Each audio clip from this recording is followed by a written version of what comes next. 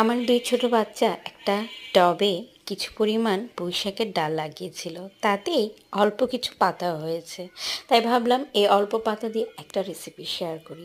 প্রথমে আমি মুসুরের ডালগুলোকে অল্প পরিমাণ সিদ্ধ করে নেওয়ার পর কেটে রাখা পুঁইশাকগুলো অ্যাড করলাম।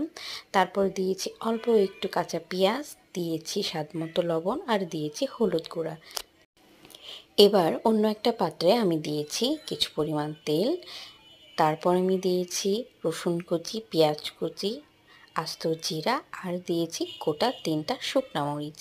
এবার এই পেঁয়াজ কুচিগুলোকে আমি ভালোভাবে নেড়ে চেড়ে ভেজে নেব লাল হওয়া অবধি পর্যন্ত। আমি যে কোনো রান্না খুব চটজলদি করার চেষ্টা করি, যেহেতু আমার 2টা ছোট বাচ্চা, তাই আমি খুব একটা সময় পাই না রান্নাঘরে।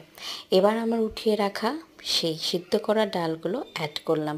যেহেতু এই পাত্রটা ছোট, সেহেতু পুরো ডালটা আমি এখানে ঢেলে দিতে পারবো না, তাই ভালোভাবে পেঁয়াজগুলোকে আমি আগে ময়েস্ট করে নিলাম। এরপর আমি সেই সিদ্ধ করা ডালের মধ্যে অ্যাড করে দিলাম। এবার ভালোভাবে আমি অনেকক্ষণ ধরে নেড়ে চেড়ে জাল করে নিব। লবণটা চেক করে দেখলাম, যদি লাগতো একটু দিয়ে দিতাম। ব্যাস রেডি হয়ে গেল আমার পুঁই শাক দিয়ে মুসুরের ডাল। আপনারাও একবার ট্রাই করে বলবেন কেমন হয়েছিল। খুব সহজেই বানিয়ে ফেলা যায়।